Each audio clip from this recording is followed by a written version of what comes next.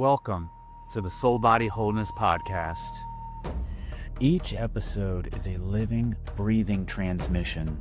Together, we will explore deep, nuanced, and controversial topics of the soul. Welcome to your community of sensitive seekers and deep feelers. Welcome back, Goldsbrand. All right, dear listeners, welcome to the Soul Body Wholeness Podcast. I'm doing things a little bit differently today. I'm shaking it up. So I already recorded this episode, and currently I'm recording the intro for this episode. Now, why did I do that? Well, this episode was a bit of an experiment with authenticity. All of my episodes are an experiment with authenticity. But this one, I invited on my soul brother, my soul guide from a prior life, prior mentor, and prior business partner, prior so many things in our karmic prior lives. And his name is David Miranda. We really got to peek into a window into David's life. You know, the past, 10, 12, 15 years, he has come into some deep clarity and lived a big portion of his life, maybe almost 30 years, in a lot of fog and a lot of identity traps that so many of us find ourselves in. And, you know, I don't know if he's ever told the story in its entirety like that, but it was really beautiful and powerful to just be able to get to witness somebody sort of work it out and be in this living, breathing relationship with the story and sort of make these connections and have these insights. And, you know, I haven't talked to David since, but I imagine he's percolating on a lot of this stuff, and I'm excited to just see how everything is sort of integrating. So this is more like a conversation between two brothers than it is a podcast, stereotypical podcast episode. But I'm hoping to do more things like this. And, you know, it felt a little clunky for me at times. You know, it's my first time really trying to do something like this. So I'm hoping that despite that, there is some value for somebody listening, especially if you've struggled with identity challenges for very long periods of time, any type of substance abuse, any type of sex addiction. And what was so beautiful about this conversation is that we open it up with meditation, and we're able to kind of draw in all of these connected themes that were happening that felt very connected to the meditation, and just the theme of the will and the spirit of the human to seek authentic, ancient forms of connection that we all remember in ourselves. And no matter what limited resources we're given, limited culture that we're given, we find a way to maybe get a cheap substitute for the real thing, but we find a way to come around the fire. And in more experimenting with all of this stuff, there were some serious tech issues that interrupted things. And after, I noticed that there were chunks of some of David's shares towards the end that just didn't record for whatever reason. So it might seem like it ends kind of abruptly. You know, David had this huge, beautiful closing prayer where he just channeled, and that was not meant to be received by you. It's received by you in spirit, but not in this three-dimensional realm. So apologies for that. I'm still working out the kinks with my recording software and all that jazz. But this is me. This is my heart. This is my labor of love, and I'm going to keep showing up. And yeah, I really hope you enjoy the conversation. David Miranda, welcome to the show. I am so excited to have you on, brother. I mean, we have been talking about this, and what a story we're about to go into. What a story of your calling to clarity, as you called it, as you named it.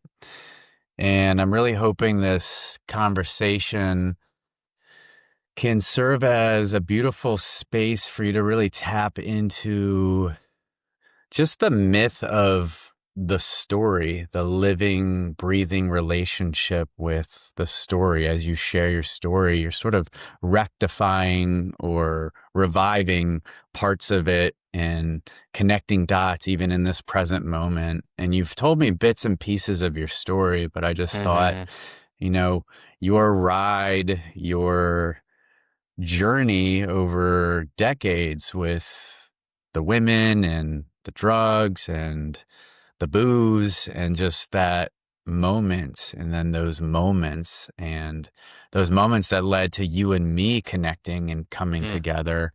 It's just so profound and beautiful, and I'm stoked to dive into this conversation with you. So welcome, my brother. Yeah, it's good to be here with you.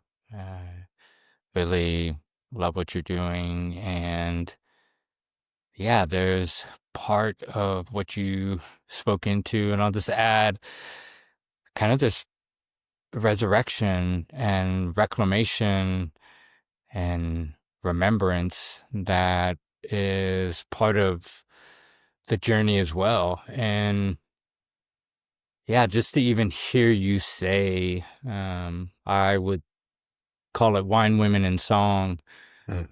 That just even hear you say that again, it's like my chest like lights up, because even though there has been those moments of quote unquote moving past it or moving through it, it's still alive in me. Like even that time period, I can shit on it and be like, oh, I'm totally different. I'm not that person anymore. And yes, there's qualities that are, but there's still some parts of me that I like that person. I like that man. Yeah, there was some childish and some panhood, perpetual boy. But there are also some things that are still just very, very much alive. So yeah, man, I was thinking of this visual of like, man, I'm an open book. But then I was like, no, man, I'm an open library. Like there's volumes within volumes within volumes. I'm not going to speak to sexy Akashic records, but I'm like, let's pull that book off the shelf. And yeah, I'm definitely down to dive in. I really love what you're saying.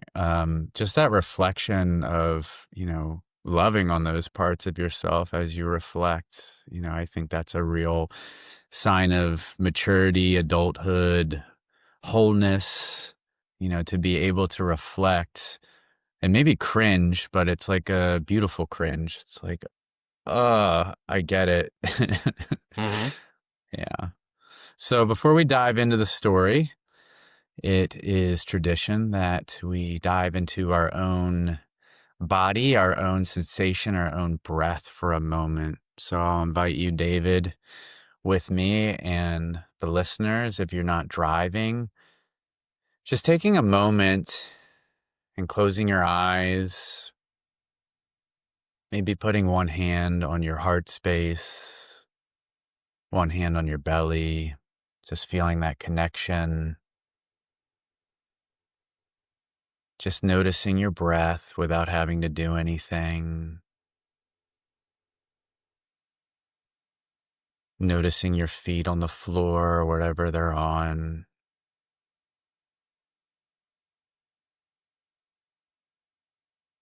And with each breath, anchoring deeper and deeper into your heart space.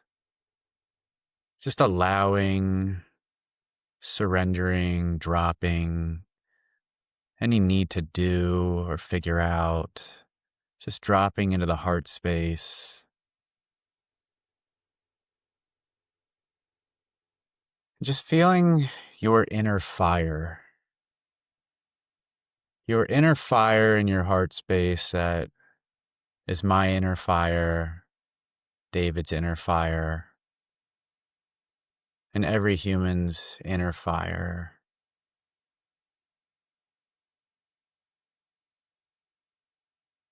And just feeling into this tradition that's as old as time.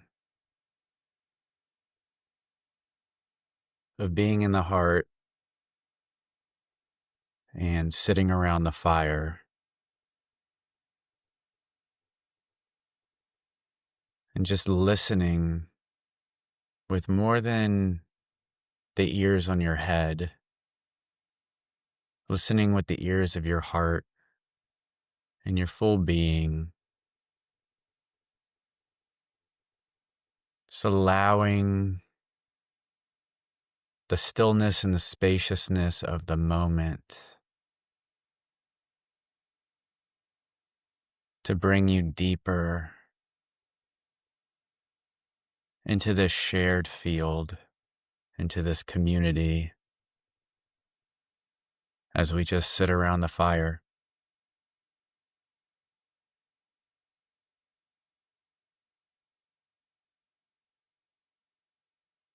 And as we sit around the fire, we'll just take one breath together, inhaling all of our air and releasing. And just opening your eyes whenever you feel the call. The call. All right. Now that we're sitting around the fire, I kind of just want to hand you the talking stick as they do around the fire and allow you to just begin to share your story. And I'm definitely going to have questions along the way, but I just trust that we'll create a really organic, weaving, beautiful tapestry. So I hand the stick to you, and whenever you're ready, take it away.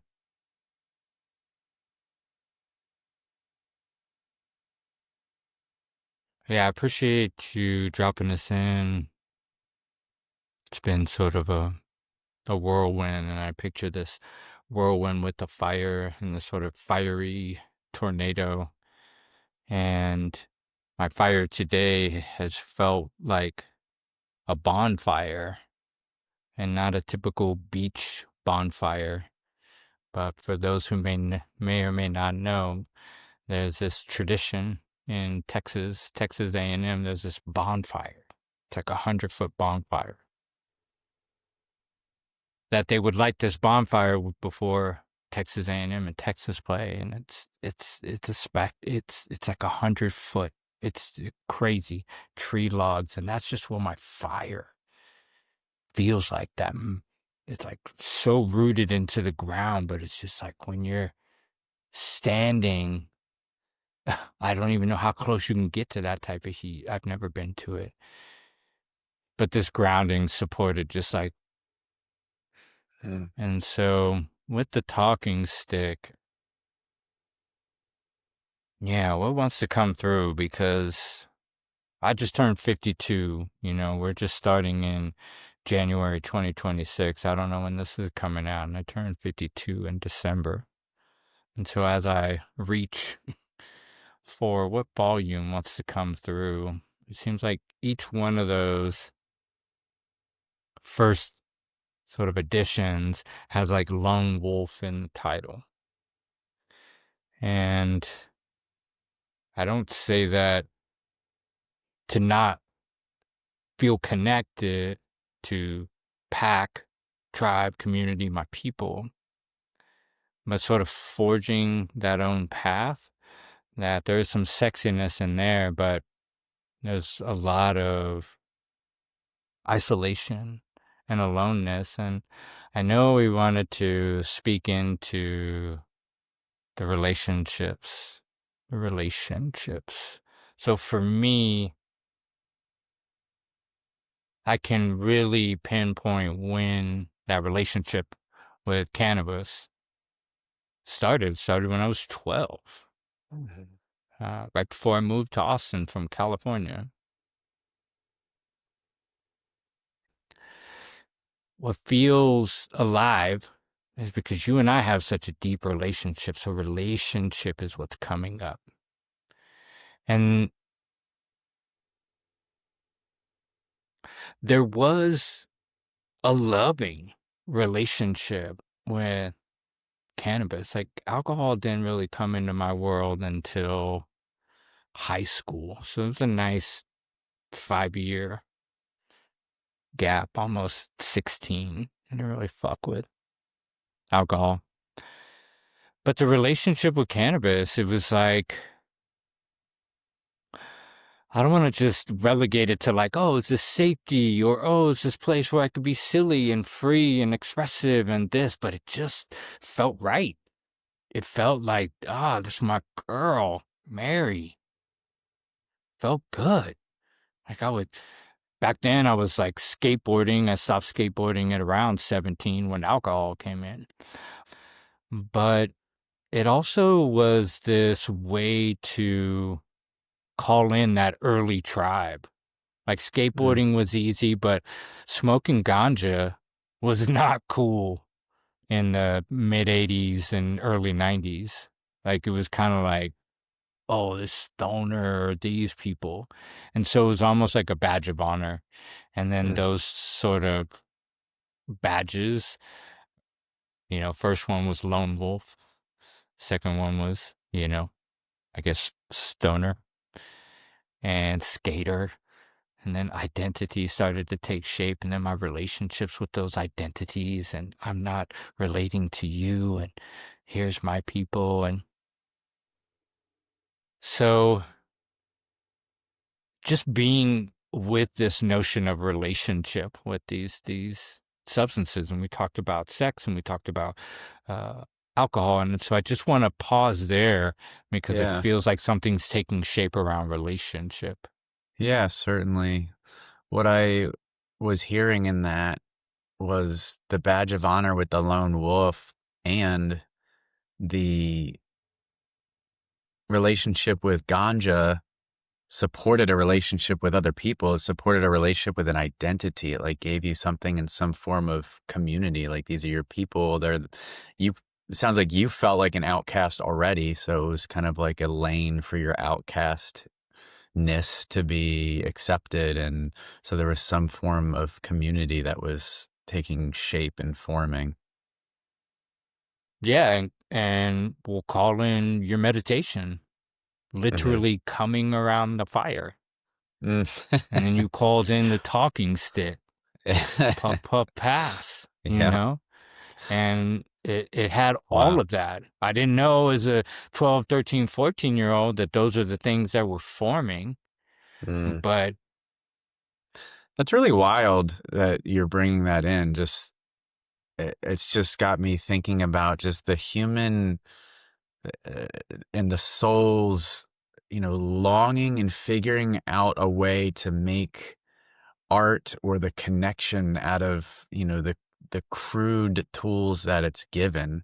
It's like what you just said, like the talking stick and coming around the fire. It's literally like, I've never had that thought before around a group of stoner kids, but they're literally doing that. And the puff, puff, pass is like, okay, now you get the energy of the love that this is symbolizing and trying to replace, right?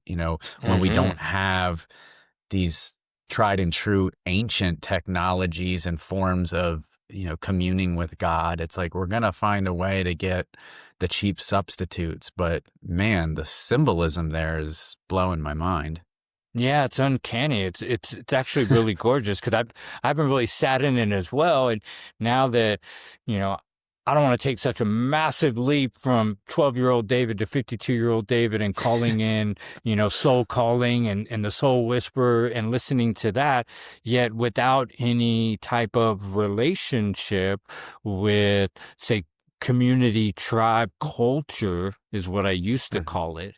I have no culture, which I'll pave a pathway to ganja, to a next part of the story. But that is kind of an indicator that inherently humans have this relationship with coming around the fire.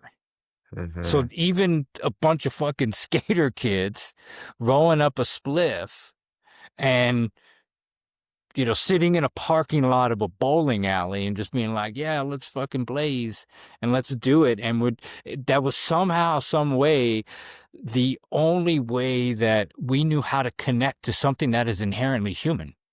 Yeah. Like It's a ceremony. Mm-hmm. Yeah, we didn't have a father and a grandfather or any of that to like look upon, or any elders or anything of that Right. nature. And it was just like, but it was still there.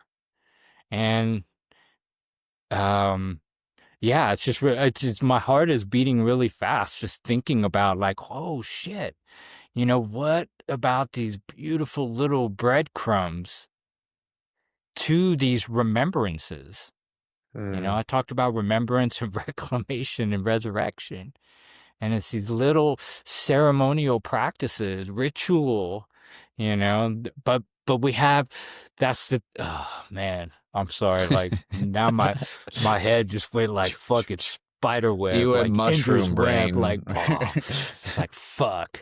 And so that I don't want to do that on our first conversation, but not really having any guidance and direction around that, any awareness or understanding that, fuck it, I'm going to name it so it's out of my body, but that's what feels like the most current calling is coming through me, is that elderhood mentorship, because there's just such a massive gap. I mean, yes, I'm talking about the 80s into the 90s, but it's still very much alive here, and it's so very alive that it doesn't even really exist anymore.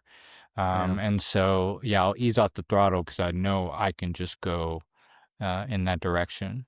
Yeah, I mean that's certainly it's good to kind of unpack like all of the themes that so many people can relate to, of like, why is it that a teenager goes and uses the substances, right? Like why is it the teenager hangs out with the delinquents in school, right? Like there's a longing. There's a longing for connection. There's a longing for community. And despite all of the protection patterns around the lone wolf and, I don't need this, I don't need anybody, I can just take care of myself. There's always a way that I see humans finding a way to come into connection and get the needs of the heart met the best that they can with the tools that they have. And so I think that's just a beautiful, segue, is like, okay, how did that theme continue into, your 20s, your 30s? Like, how did this, I'm very curious about like your inner landscape during these times, like what you were really deeply struggling with, and like what you like beyond just that community passing the fire, you personally, what were you really going through here? Yeah, great question, great segue, because it does feel accessible to stay in sort of the sexiness of the remembrance, like, oh, this is what was happening. But what was really happening, what you're really asking, what was going on in the inner landscape that quite possibly was affected by the set and setting, the environment, the surroundings. And to answer your question clearly, that moment from 12 to 13, like, I was uprooted from what I knew, childhood, adolescence, and then dropped in Austin, Texas. And so there was an orienting, there was an acclimating to my surroundings. There was such a foreign, going from California to Texas. I mean, those two states hold stigmas today. What do you think they held 40 years ago? Yeah, and reorienting back to 12-year-old, 13-year-old.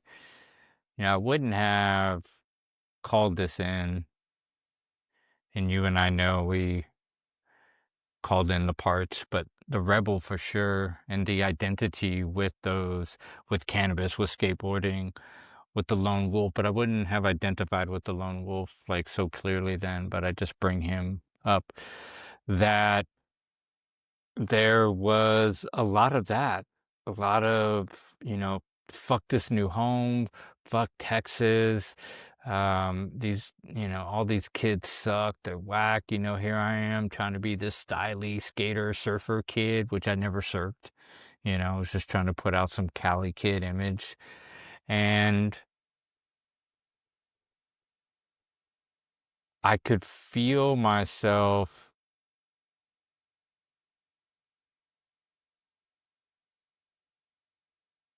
I don't know, it's really challenging because I want to go back into that, and then I can feel this version of me speaking for that kid.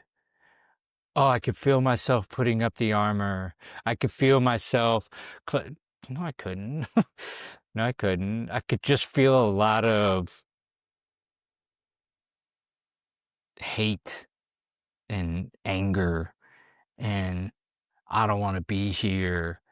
And like I said, the rebellion.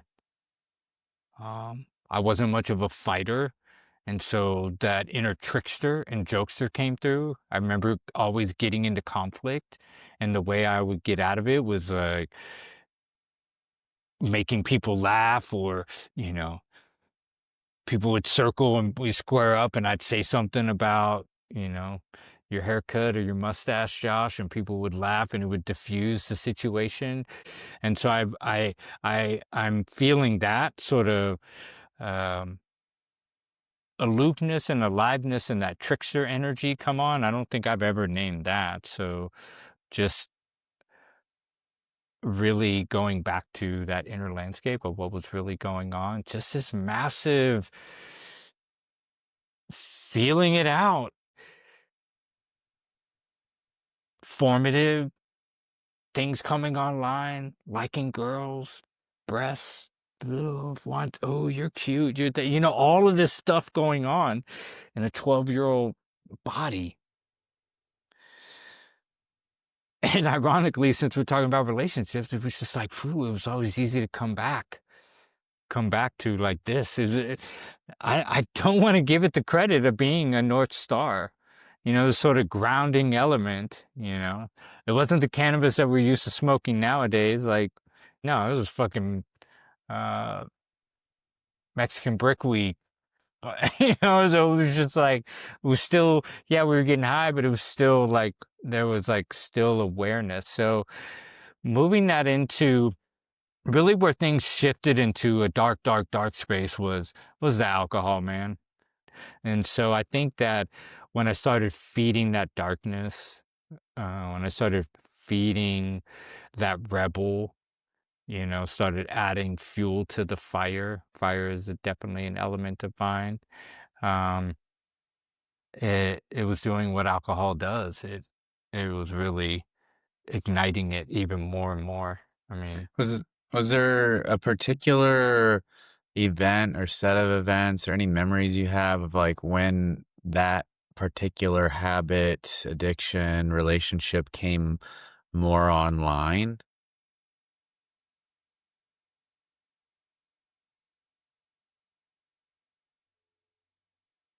I can really feel into when I stopped skateboarding and I wanted to go out. There wasn't a sort of a traumatic event. Well, now actually, no, fuck that. I think about this moment about asking my mom. This is a powerful one. Asking my mom to move back to California. Because I was just like, I don't like it here. I hate it here. I want to go live with dad, and these are all very, very, very complex relationships. But when my mother, she not only said no, but she flipped the script on me, she she started to really pick at me like, oh, you have these nice clothes. Like, we lived on nominal means in Cali. So it was like, this is the first time I had like a decent shirt. I had getting decent haircut. She was like, oh, you just want to go back and show all your friends, how well you're doing. And she even attacked me when I verbally said like, that's not it. I just want to be, I don't want to be here, this. And she kind of came at me. And it was the first time I had to like grab a woman and just be like, whoa. And so a lot of this is coming back. It's there, but it was just like, I just viscerally remember my mom coming at me and was just like, lady, you don't got this. But she just, Yeah. yeah. And so that was a big one, because that's when I was just like, I'm on my own. I put the story that my pops didn't want me, and then I put the story that my mom was, whether she was clingy or she wasn't respecting me or whatever. And then that's when it went, and I was like, I'm out here on my own, and I'm doing my own thing. I'm going my own path. And that's when, like, it wasn't beer. It was like Mad Dog 2020. It was wine. It was gross, nasty wine, that pulled me into the abyss. Yeah.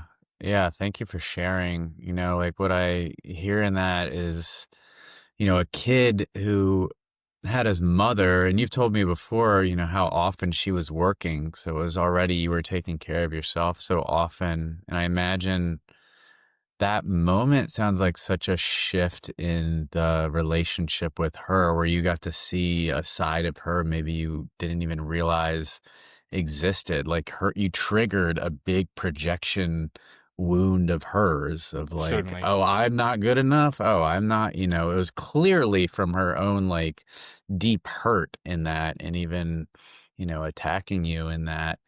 And I can, yeah, just, there's so much psychologically, and I want to say like, Jung talks about this, and it's talked about in indigenous cultures, but just that need for the boy to leave the mother. They have all of these rites of passage and ceremonious good ways of doing that, whether it's age 7 or 12 or whatever it is. It's like, now you go with the men, and now you go off on your own, and then you come back. Like, there's all of these initiation rites. And so without those, it's not like, again, the human just goes, okay, I won't have those. It like tries to make it happen in the unfortunate scenarios that so many of us find ourselves in this, cultural upbringing. And so, there was that was for sure an element of it. Like, okay, this relationship needs to be severed. Would you agree with that? 100%. And, like I said, we can look back, and I can think like, oh, passing the torch was like sitting around the fire, passing the talking stick, not the torch, but the spliff. And that moment was a moment for me of just like attempting to call in a boundary of like, I need to go. I need, that I need to go away from single mother. And, Right. for some reason, I just want to say, like, my mother and I have an amazing relationship now. We have worked through so much stuff that it is actually probably healing all kinds of ancestral shit. But you're absolutely right. Like, that moment clearly activated something very deep. And then that rooted me into this moment of just a massive, like, fuck you to everything. And so my way to I didn't get my needs met. That holding this boundary was like, I'm out here on my own, and I'm going to go do my own thing. And then I remember when I just really remember this fusing of alcohol, cannabis, and sex at that moment. And that would be something that I would identify with for the next, well, probably 30 years, close to 30 years. And, just getting to graduation in Austin felt like an achievement. I also recognized that it wasn't this challenging authority, but I started to notice that there was something that I was emanating, that authority was like, man, this kid is fucked. And he's also such a good kid. Like he's so, like I made it like scraped by with like a 70 average to grab that diploma. Mm. Because at that time, this was another pivotal moment. This was the first time where I got to say, okay, Mom, you don't want me to go back and live with my dad? You want to put it all on me? Well, come 18, I get a call from the Marine Corps recruiter. And I'm like, what can you do, lady? Like, I'm 18, I'm gone. And this was actually probably a bigger fuck you because she raised me against that. Raised me against guns, raised me against fighting, raised me against war. She had a lot of built up trauma around Vietnam. And she was like, if there's ever a draft, we're moving up to Canada, all that stuff, my whole life. You know, if you ever get in a fight, you know, turn the other cheek and walk away. I mean, that was my whole mantra, you know, growing up. Right. And this just felt like, what can you do? And it was also this deeper call for guidance and discipline, the masculine, you know? I mean, what's more masculine than the fucking Marine Corps, you know, and the Right. armed services? Yeah, I mean, And what's more like classically masculine, right? Like the yeah, classic, like all we have as a, you know, young teenager, doesn't get much more stereotypically masculine than that. 100%. Yeah. I mean, I appreciate that clarity because, you know, now that we traverse in the realms that has a different relationship with masculine, feminine energies, you know, Right. as well as like calling in the mature man, Mhm. the archetypes of the father, the king, the warrior, the magician, the lover, even, but just the stereotypical father, king, warrior. Yeah, Um, you were going towards, like, some part of you was going towards the structure and the guidance and the support. Again, like, not the best, but it's, you know, for us and a lot of us in this cultureless culture, it's like the best we have. And you didn't have it at that moment with your mom. And so it's like going to your friends, going to alcohol, going to booze, going to women. It's like all of these things are a result and a consequence of not having, as you alluded to at the beginning, the elders mhm, um, and the olders, the actual adults. Like, mhm. it's incredibly rare to find like a real adult in our culture and our society. And I'm not saying I know exactly what that is, but it's very clear that we don't have many. Right. No, Yeah. y- there is there's a void and there's a massive like yearning for that uh to be met on both sides. Yes, it's of course the young, and I'll go back to myself of, you know, you said structure, but man, the word that I used was discipline. Hmm. I told the guy on the phone, the recruiter, discipline. I'm wiling out here. I'm just drunk. I don't even go to school. You know, I'm looking for all the outs. Me and my friends are blazing going down to the springs. We're just running amok out here and have been doing it for the last 6 years. And literally was like discipline. I want somebody to kick my ass is basically what I was saying. I want that that archetype of no, that's what the father the father That's holds what the the father. boundary. It's Yeah. like, no, you can kick and scream and I got you and I'll hold the containment, but it's not happening. It's not Mhm. happening. And I needed that. And the Marine Corps offered me that. And then when I went in there, classically, what happened? I got my ass handed to me.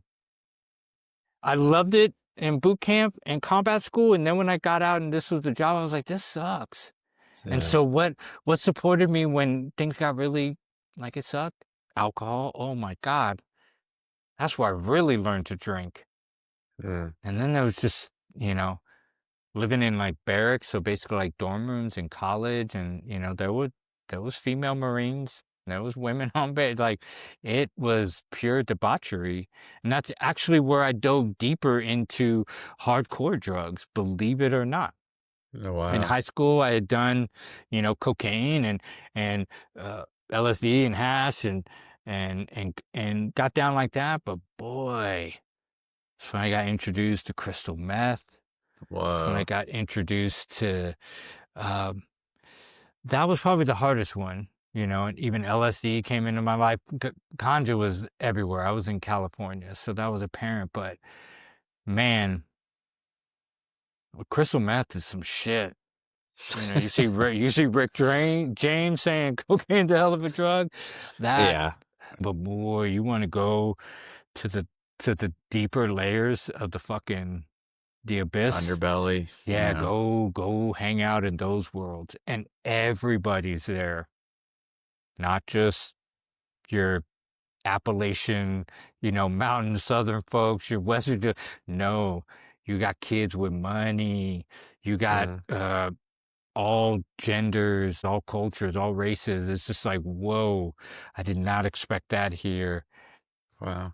And that was a short-lived, but on that, time stands still. It was Yeah. probably about a 3-month period, and a month where it was like every day. And that ain't some Mm. shit you're supposed to be doing every day. And so I felt like I probably slept like 2 days out of that month. Mm. And it was just like, okay, this was an indicator of how I tend to do things in life. Like, I binge, and then I realized this isn't for me. And so I'm thankful I had that period, but I was just like, okay, this isn't for me. Just like the Marine Corps, I was like, okay, when I get out of this, that's also when I got introduced to Robert Nesta Marley, when I got introduced to Rastafarianism on the other side of that. And I was like, when I get out of here, I'm going that route. There's not going to be any fucking suit and tie for me. There's not going to be any, anything like that. And I also got into a wave of trouble where I kept getting demoted, where I kept getting money taken away. I kept beating my head against authority. And so that was my first where it was just like my bullshit wasn't being like taken. It was being like taken and thrown into the fucking earth, into the mud, and being like, you wanna fight back against this system? Like, we've seen you 1,000 times over, so you're not gonna win. And I didn't, but where I won was I started to gain I say it loosely now, but I started to gain my soul, started calling in Rastafarian, some type of culture, some type of spirituality, because man, I went in looking for discipline and structure and some type of foundation, and I came out on the opposite end of the universe. So it's like, did I find what I was looking for? I'm gonna have to say yes. Yeah, I guess, and especially when you zoom out, you found what Hmm. you were looking for by exploring the depths of what is not for you, wasn't the thing that you thought it was going to be. Um, yeah, and I'm curious, I don't think you have to like share the whole story of, the Rastafarianism, but, what was it in there that was, this is a juicy topic for you and me. It's just like those soul hints, like what was Hmm. lighting up inside of you, in regards to that. I'm gonna have to say that was my first introduction to God. Mm. And maybe the struggle, so the Buddhists might say suffering, Hmm. because speak about impoverished people, you know. I mean, we have poverty, but man, there's poverty that'll blow the doors off of what we know poverty. And so there was something in that, having faith in something larger outside of myself. I mean, the music was literally music to my soul. It was just like, Hmm. wow, I consumed everything Bob Marley. Went to find, B-sides and rare recording. I went down the rabbit hole, and then I started, Peter Tosh, and started going down. And because that is a segue to another part of my life. But it was really that. It was an introduction to culture. It was an introduction to God. It was an introduction to relationship with God through song. So psalms, prayer. I mean, a lot of reggae music is psalms. They grab actual psalms, King David's psalms, and that was so they're singing, their prayer was song. Yeah, it's And of amazing. course I can go back and look at it now, but I do know it as something was moving me towards what you're asking. Yeah. Yeah, and I don't know if you and I have ever talked about this, but what has come online for me so strongly is, we have talked about how the soul hints, those things that really light you up, they're an indicator to follow, and they will eventually get you to a place of a really deep dimensions of yourself and your purpose, and just all the qualities of the thing that makes you you in this lifetime. And the thing that I don't think we've really talked about, beyond that, what I've come to this year especially is this deep recognition. I fully believe that it is past life or parallel life, like however you want to describe it, but past life recognition. It's like, Yeah. if I were to, relate it to your share, it's like you were, Jamaican or Rastafari, like you were in that culture in a past life, because it speaks to something so deeply into you, this 20-year-old white kid from California. Like, I know you have like Portuguese background. It's like, it doesn't necessarily make logical sense. And I was able to kind of connect the dots in my own story. Like, oh, wow, like, there are certain aspects and cultures around the world that I feel at home listening to. Like, what the hell is that? And even having these like past life, like blip memories of like, wow, I was definitely an old Chinese sage in the mountains drinking tea. Like, that came to me while drinking tea this year. It's like, wow, I've done this before. This is so familiar. This isn't the first time I've done this, So that's just something that's been so nourishing for me. And yeah, I'm curious if you have any thoughts on that. Well, what feels true to me around that past life and past life remembrance, and whether it's from somatic or soul, hence whether I know with a K or whether I know with a capital G, for me it's not critical. It's Yeah. riding this sensation of a relationship, I'll call that back, that I have this relationship. So you're like Buddhist or, Asian sage drinking tea in the Himalayas. Well, for me, the best I can, come back to is some type of elder warrior, in the Serengeti. Something like deep ancestral, the Dogon tribe, Yeah. hell, call him Marvel, fucking Wakanda, whatever it is, it's about as fantastical as that, because I don't know, but that's my human wanting to like KNOW know.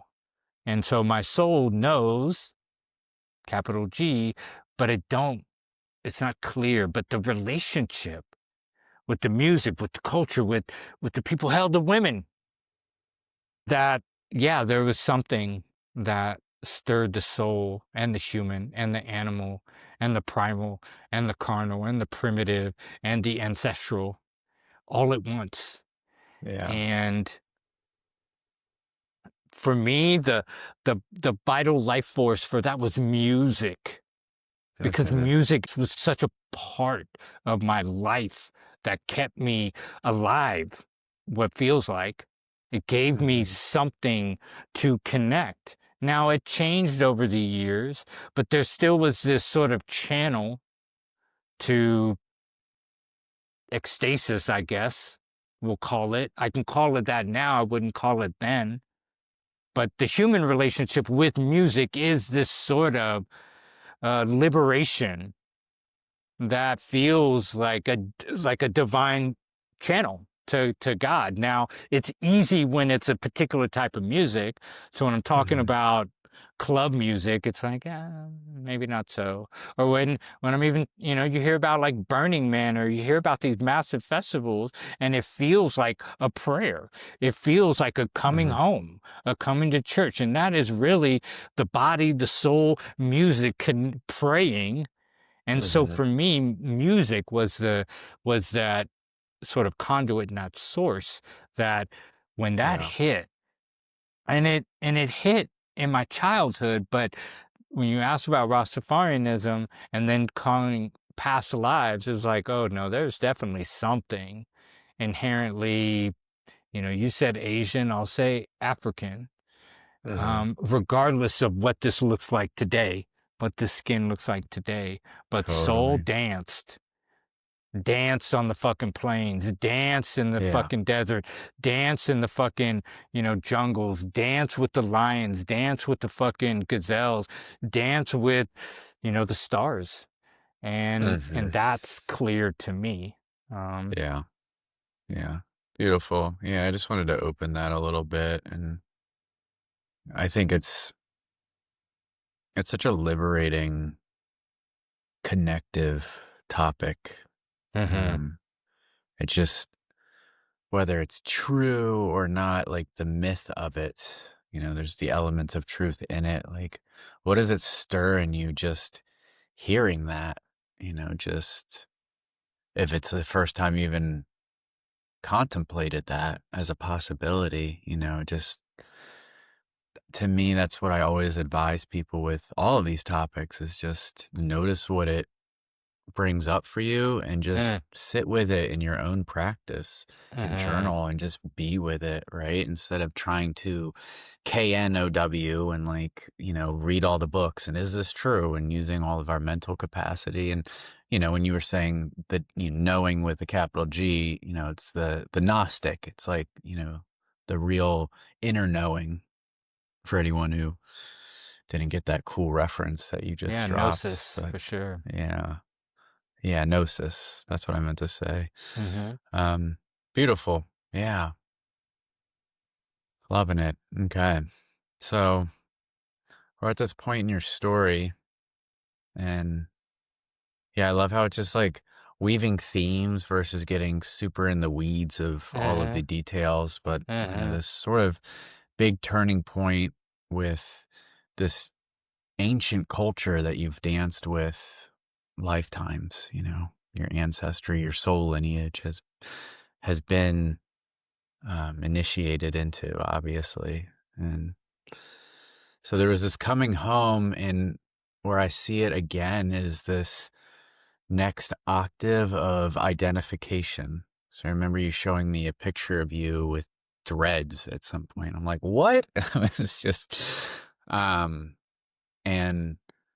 I met, like you already said it, like the identification with the women and the booze and the cannabis. And so is there anything sort of through that lens is like, all of these themes, whether it's shadow or working on themes of mastery, they spiral with complexity and nuance. So there's this new iteration of like your soul's coming online, and there's this kind of new octave of identity crisis happening, it sounds like. Yeah, I feel like you just pulled that rabbit from the hat, because that's what it was. Yeah. It all was. Even so, you bring up the picture with the dreads and the big beard. And I go through these moments where it's like, that had to go. Like, I was like, I'm identifying too much. I'm wearing this on my sleeve.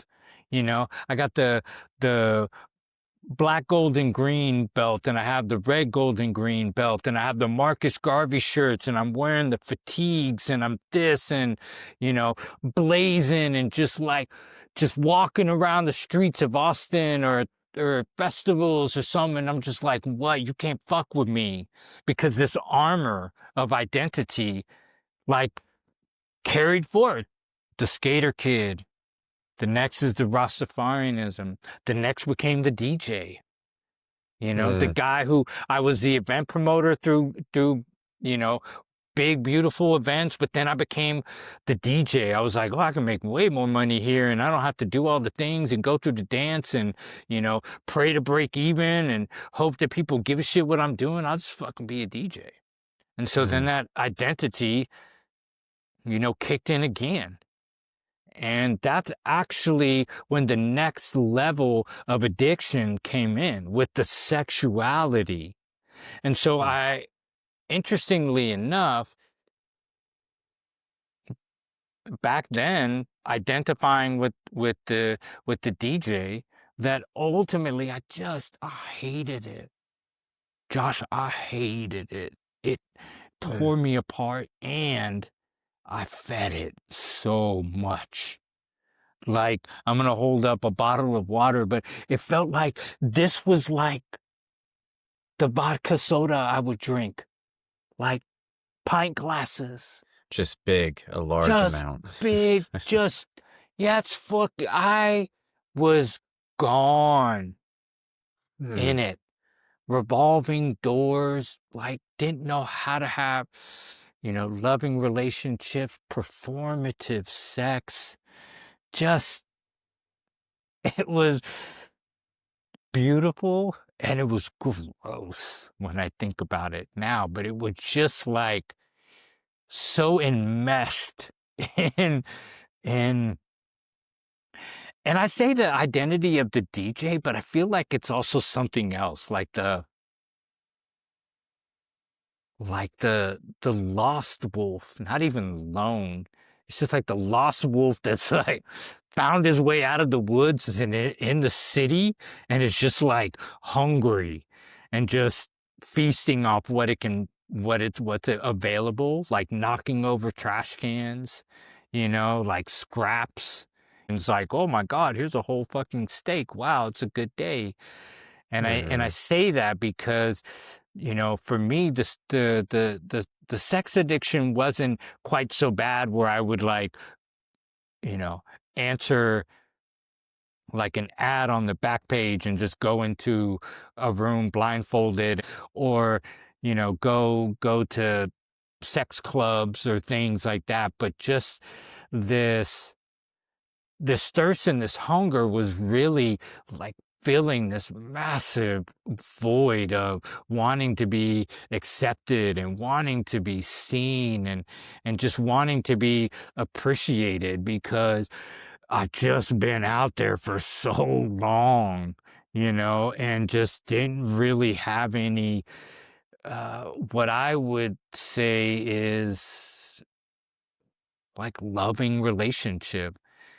And Mom, if you ever listen to this, I know you loved me. I know you did in the best way you could, but it wasn't there. It's always fun to talk about the parents on the podcast. Yeah, wasn't there. And so I just didn't know. And I just was like, here's validation, perform, be a good lover, validation, seeking, lusting. What you said about the accepted, seen, appreciated, I had my own journey with the booze, the drugs, the women.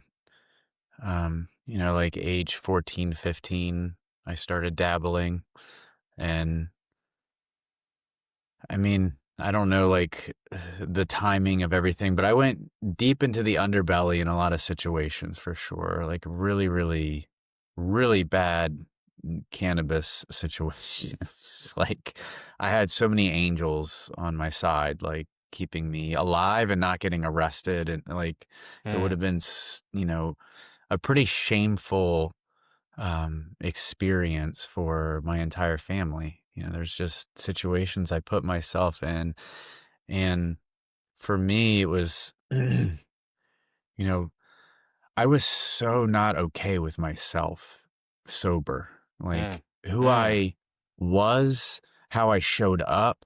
I didn't know who I was, but just, my social skills. And I felt so deeply unloved, unappreciated. Like if I show these people who I really am, I'm definitely never going to be loved. So I was always wearing masks to try to figure out and shape shift the shadow side of shape shifting to like get love, get affection, and the irony is like, that's not being accepted, seen, or appreciated.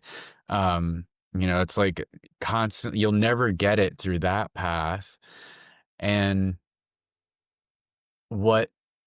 cannabis didn't even do this for me. I don't know why I kept going back to cannabis and put me into anxiety, paranoia city, but it's what people did. And I just wanted to get fucked up. But drinking just eliminated my anxiety and all that mental chatter and all that caring, where I just came alive. And I feel like my soul really appreciated that I was doing it in certain situations. They're like, dude, you're just letting me like play now. And I get to like be social and I get to not care. And I felt like people liked me. It was kind of like this is a way to like turn off all of that shit and just be able to let go, which it's a much higher, more challenging path to go in being sober and being honest and vulnerable and finding a way to just like liberate yourself from all of the chatter in the mind and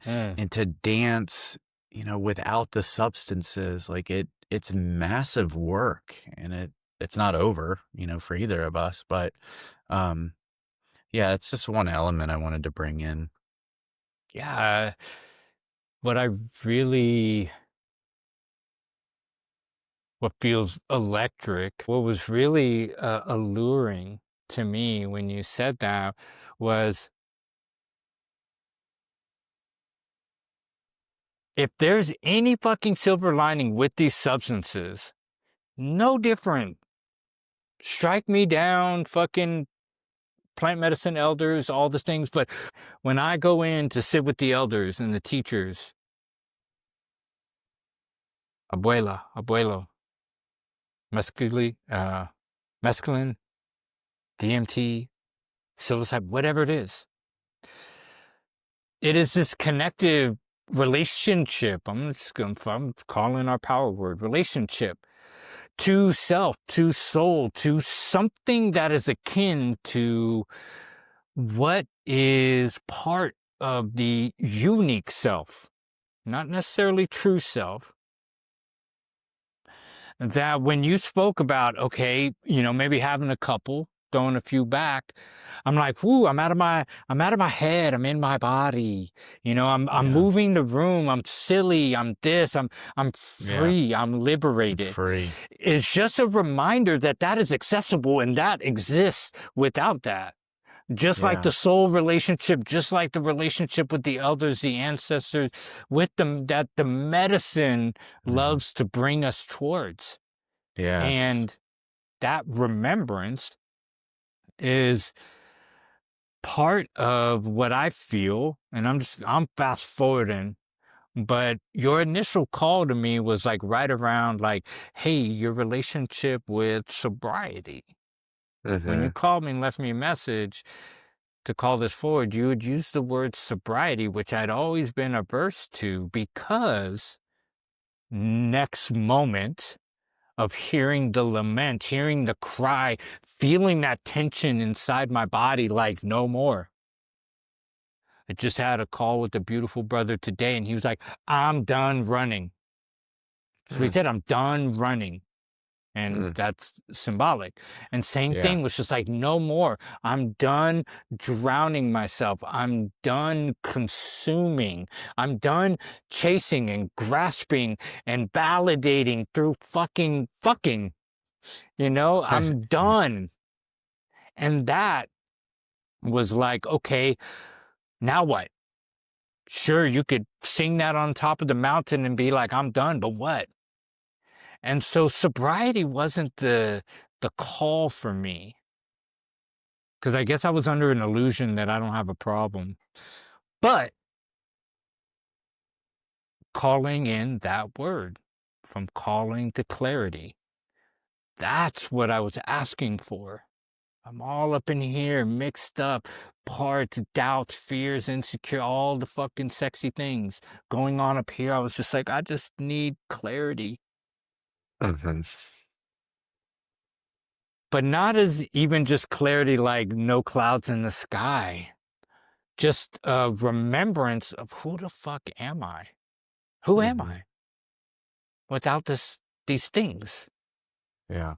That it all came back to the common denominator, myself. I was like, I need to change my relationship with myself. Uh, I barely could hold down.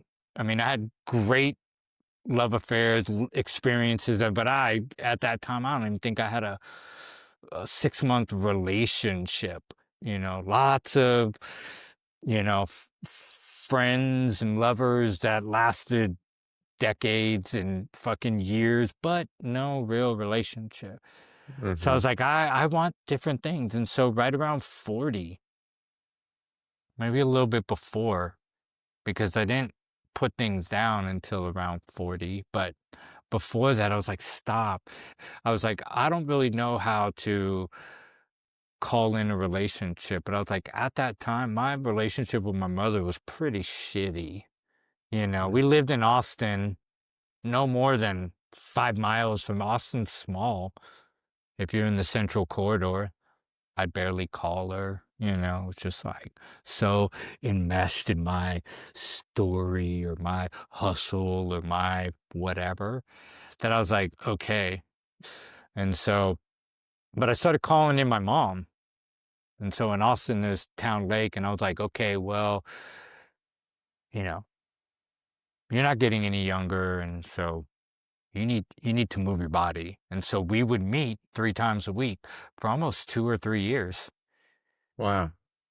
and just walk and just walk. And so there'd be like the first year, I'd be like just rolling out of bed, hung over, putting on something to go walk in, and just wake up on the trail. And my mom would be like, pop, pop, pop, pop, pop, pop, pop. And I'd just be like, oh my God. So And then what about was it that uh triggered that decision? You didn't have the good relationship, and then you said you were calling in your mom. great. I was like, well, calling the classical, psychology, and all the origin goes back to mother and father, so they say. Mhm. And I was like, if I want to change my relationship with women, I wasn't even to Ah, I myself see. yet. I wasn't even to myself. I may have missed that little bit of information. I was like, but the relationships I'm having are unhealthy, or just Mm, unhealthy.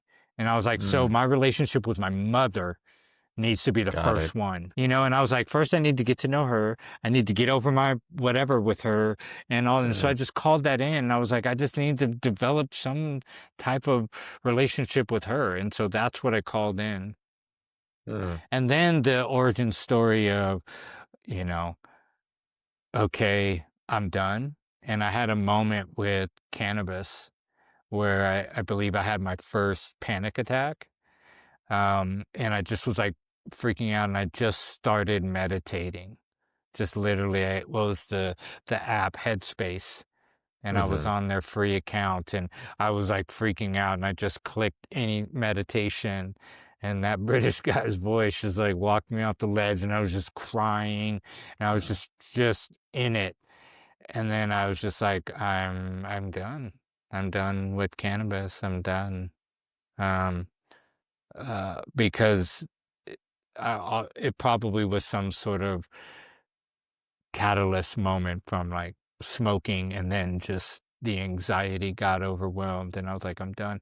And I had already I've put been down the there many alcohol. times. Yeah, and I put down the alcohol about 6 months prior, because I met a woman, and we just were having just such a beautiful, we'll say connection, but we our sexuality just really was just beautiful. And I was like, I don't want this. I want clarity. I want to be with your body. I want attunement. I want to be with my body. And I just was like, so no alcohol. And so I still was smoking a little bit. And then that moment happened. I was like, I'm done with everything. Yeah, what was coming to me with a lot of your share around this clarity piece is you just sounded like you were in such a fog. There's just so much fog to your experience. And even before clarity, it's like you got to get clear. You got to clear the fucking fog. And so there's like the layer of, the alcohol, and then there's the layer of the cannabis. And, I just imagine each time you took away something, it's like getting clearer. And then once, this is such a juicy, ripe topic for me in my life. I've been in like a 2-month purification portal.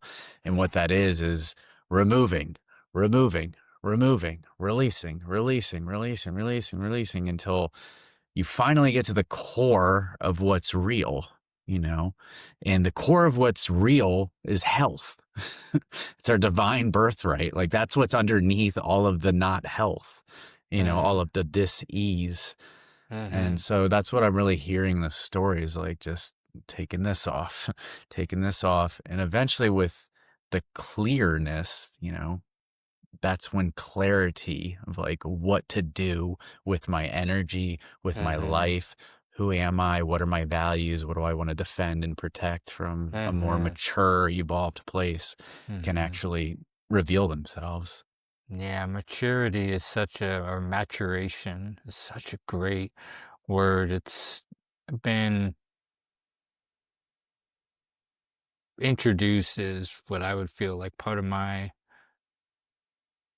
vernacular zeitgeist. There's something around maturity. I say like evolving or expanding or development, but there's something that feels very human around maturing due to the so many just avenues and creeks and crevices of just being able to stay distracted and stay in story and stay in certain things that's just like it's immature. So one thing I want to you I love the visual of the layers and just continuing to strip it back and strip it back. And for me, they feel like micro thin fucking films of titanium. Just like just like god damn, like There's so many. One. Yeah, it's just like you got me confused because I think it's like, oh, I just got to get through that, and it's like something, And it's like holographic, and it like expands. It's like it feels like it's just right there to get through that, and it's like no. But to sort of connect the stories is the realization for me was the reintroducing myself to myself, my capital S self. Like, when was it that I had any joy in my life?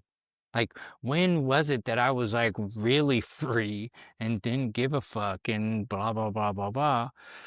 Classically, it's when we were kids, when I was a kid. I hadn't had any clarity since I was 12 years old. So here I am, 30 years later, going like, I'm done. I don't even know myself anymore. I don't even know who that person is. I forgot how to smile. I forgot to really know how to laugh. Hell, I'm still developing a relationship with my tears. I forgot what it just would feel like to be enveloped in emotion, that I could just let it pour out of me. And that is what I call like clarity, clear channel. Whether it's the fog or being so far in the abyss that the dark, I don't know which way is any way. You telling me I gotta go up? Am I upside down? Am I laying? I don't even know. What do you mean up? But it's actually just a veil. The darkness is just a veil. Whoop. And for me, putting down just the two most consistent things that were just like a part of just my everyday. I really love the experience of having a taste of a relationship that mirrored to you deeper dimensions of what you value and what you're willing to protect and what you're willing to change for, right? Like, okay, there's this removal of the alcohol because you realize, like, okay, this is me. This is a mirror of what I want. This is a mirror of what I value. It's important to me. And that, man, like all the stuff around addiction, being so focused on behavior change, and not just addiction, like everyone's addicted to something. So yes, addiction, actually, like addiction across the board with your Netflix, with your just, being busy all the time with life, with working out, even with junk food, with food. Yeah, exactly. Like the list goes on and on. We all have these addictions, and what leads to behavior change is that deep knowing of who you are and what you actually want more of at a really deep level that you've been for years trying to fill with these cheap substitutes. But it sounds like you got this taste of the real thing, which is a mature version of these connections, of these relationships. And it was, the North Star. It was the motivation, it was the fuel that actually allowed you to change the habit and the pattern versus just like, I know I need to do this, so I'm just gonna do it, right? Yeah, I'm really glad that you came back to relationship, as I was going to add to what you were saying, because what you were saying was true and beautiful. But it feels more like a as I said, reintroducing myself to myself. To me, all that is a remembering and a reclaiming and of a relationship that I really just get to reframe my relationship with it. That's what addiction feels like to me, is whether it's changing, whether it's, I don't even like the completely severing, because all of that, as we know, it just comes back tenfold. That it's, what is my relationship with the thing, whatever it is. And I mean, even as you said that, I literally remembered that 2 nights ago, I had a dream about that woman. That was this, feels like, talk about angel, in regards to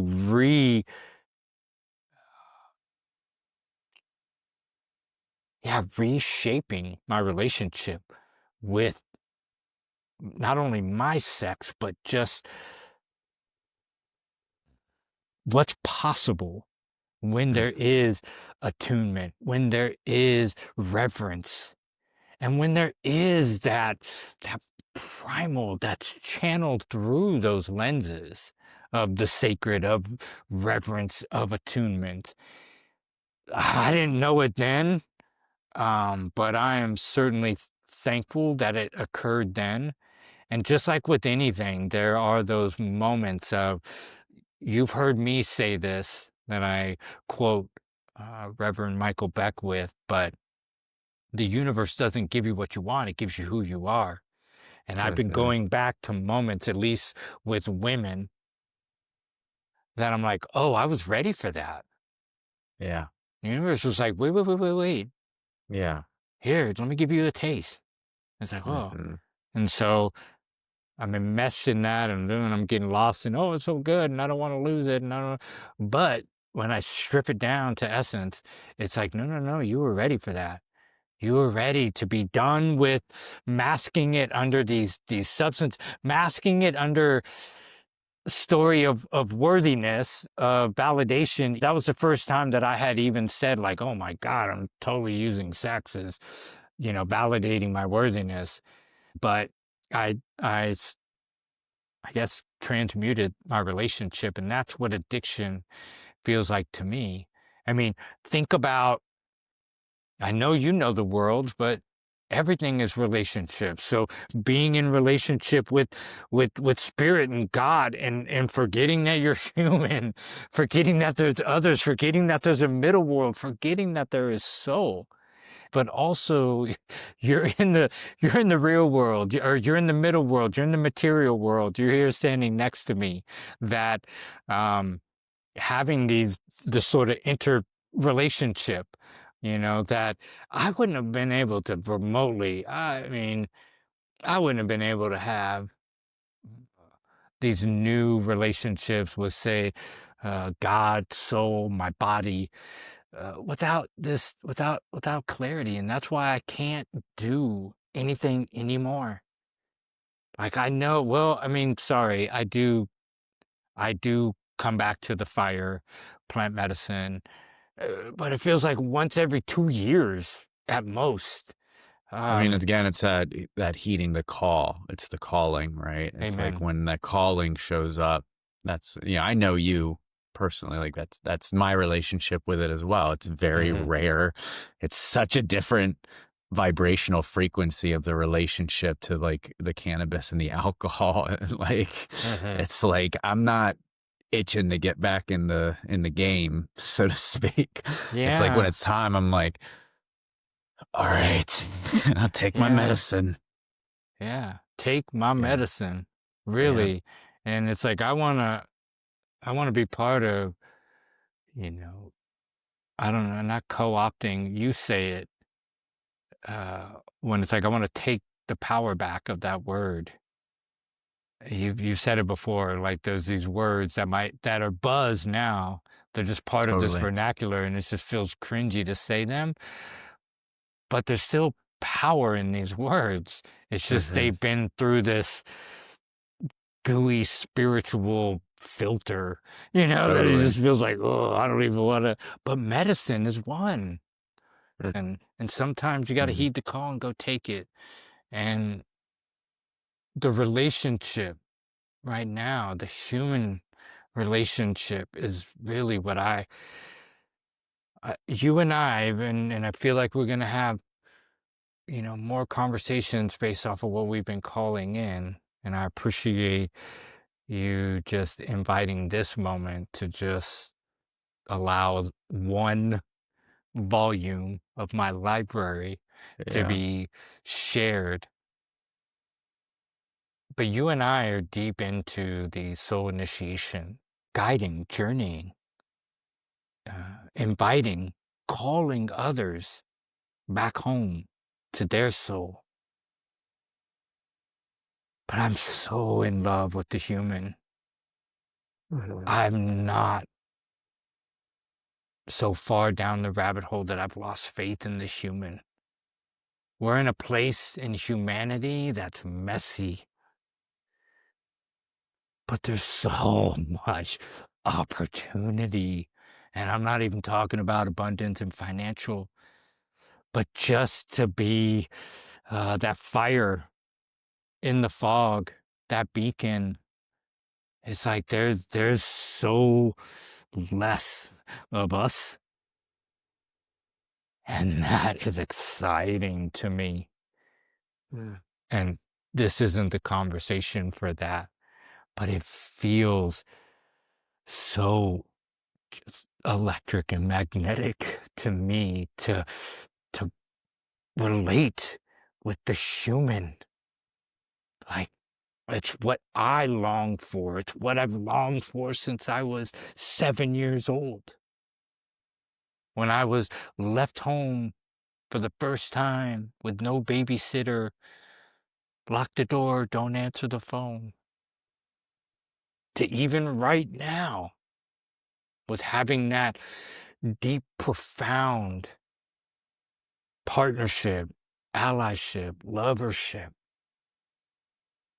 And I feel like this is a, a next conversation for us. Our brotherhood, our love, our kinship. How can we love one another when at times it's like, oh, I want to bury you, brother. But no. And that's the relationship that I feel like I've deeply tapped into myself, that just has me so excited to just be in this time. Yeah. Yeah. It's an incredibly exciting time because I think we are entering an age of spirituality that is wanting to incorporate it all. You know, we've had these ages throughout the ages. We've had these ages of spirituality that, you know, were very upper world or even, you know, very underworld. But like this sort of blending of all of it, this true holism, you know, it's like I am all that is, but I'm also a fractal. I'm the most paradoxical thing because no words can encapsulate even remotely what I am, what you are, who I am, right? And we get into the categories are great until they're not, until we become married to them, until we become attached to the categories. And as so much of this theme was, the suffering of the over-attachment with the identity. And so it's continuing to let go and purify and, you know, come into that clarity. It's like letting go. So much of that is just letting go of identity. And when I say, and when you say, when we do that, we come into connection with ourself at a deep level. I'm going to speak for you and say, neither of us are saying that we could encapsulate in words who we are now.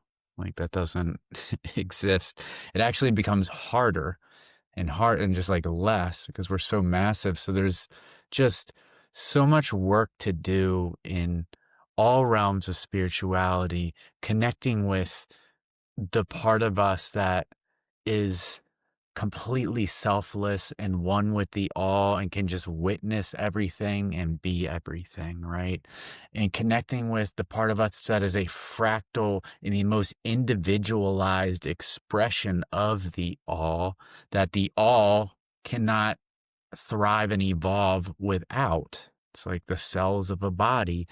And then just the day-to-day mundane chop wood, carry water, and working on all of our human and animal and nature relationships as we just work and walk and breathe and play in this middle world, you know, the human. None of those are actually different, and they are. Like, it's the paradox that I think we're all being asked to stretch into, as you just shared so eloquently. And yeah, I feel really excited. It's like I feel a sense of belonging that I've never felt in my life these past few years. Like I'm supposed to be here at this time. My soul chose this. That feels so true. And we can be entering the dark ages. And like, if I know I belong and I have a role, it's like I can withstand anything because the human can withstand anything. I love it. Yeah, it's a great way to close it out. And yeah, I think, laid down a really beautiful foundation for some future episodes to talk about our relationship, how we met, and just the karmic soul-based relationships that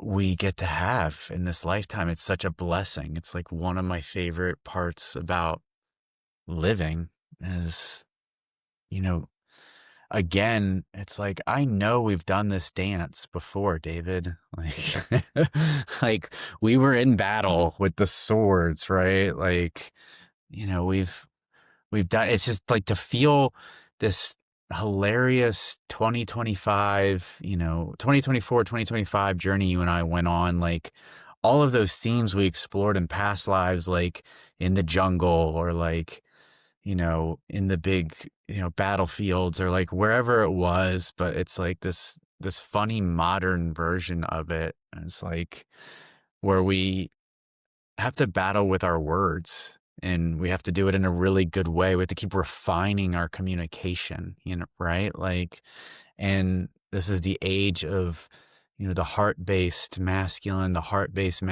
leadership, and like the big work you and I are doing just as men, and trying to be conscious men, and trying to just, be intentional. And at the end of the day, like my prayer when I'm praying all the things I want to be, it always comes through as like, please just, I want to be a good man.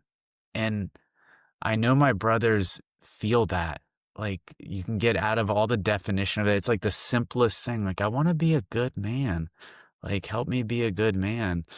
And, the mountains of conditioning you and I just growing up in this culture, even at different generations, have gone through to get to this place. It's massive. It's so messy and beautiful. And I think our story is so powerful, and I'm excited to explore all the spirals and iterations that, we went through together. So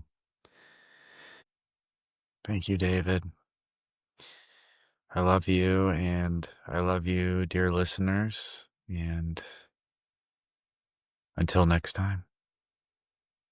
Thank you for joining me on the Soul Body Wholeness podcast. If you like this episode, you can support the journey by rating and subscribing wherever you listen. I invite you to follow me on Instagram at Soul Body Wholeness for more insights and to stay up to date with my current offerings. And if you feel called to work with me directly, I invite you to visit my website at www.soulbodywholeness.life. I offer somatic alchemy sessions and soul purpose initiation journeys that awaken your inner healer, reconnect you to your innate wholeness, and ignite your soul's deepest purpose. I invite you to carry this resonance with you as you move throughout your day, and return anytime you need a reminder of your courage, your wholeness, and your light. Blessings, old friend.